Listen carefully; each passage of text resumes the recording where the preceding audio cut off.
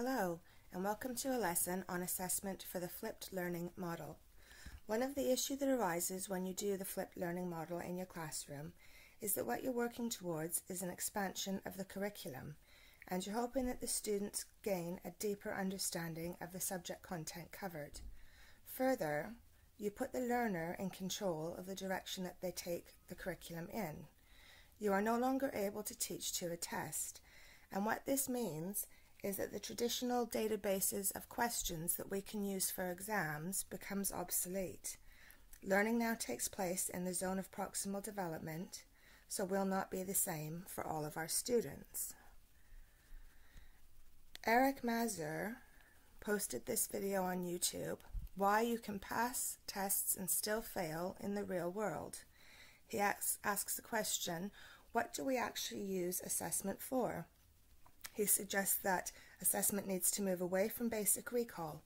In the real world, we can look things up in books or on the internet, so why should the students not be able to do that?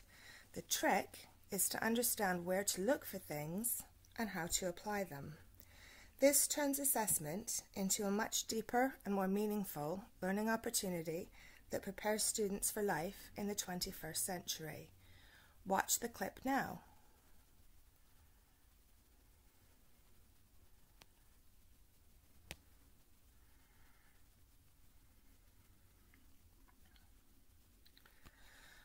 What I'm going to do is I'm going to introduce you to two possible options for assessing a flipped lesson, and then I'm going to give you the opportunity to work collaboratively to evaluate the two options presented or to explore and evaluate other options.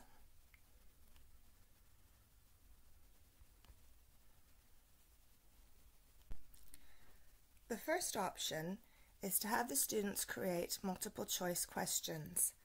This is based on a paper by David Nichol. Multiple choice questions can overcome some of the traditional limitations and be used to provide high quality feedback. Nichol goes on to define the 7 characteristics of high quality feedback.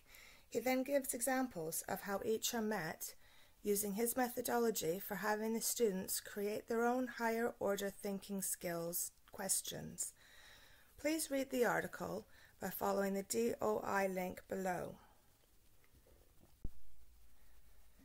David Nichol's approach to multiple choice questions will actually require that the students have a basic understanding of Bloom's taxonomy. The work that they're doing online will cover the top 3 areas of Bloom's taxonomy. However, when they're actually designing their multiple choice questions, the students should be working on the analysis, synthesis, and evaluation section of the taxonomy.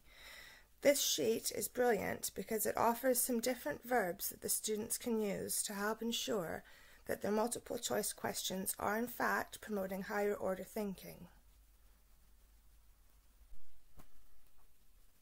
Redeker and Johansson's article introduces us to the idea of embedded assessment. This is assessment which is actually built into the technology that the students are using.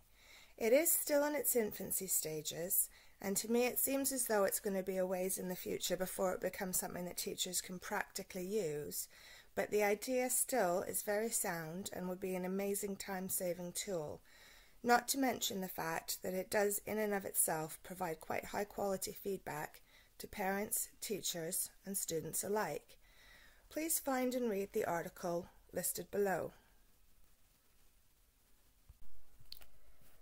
So let's review our learning objectives.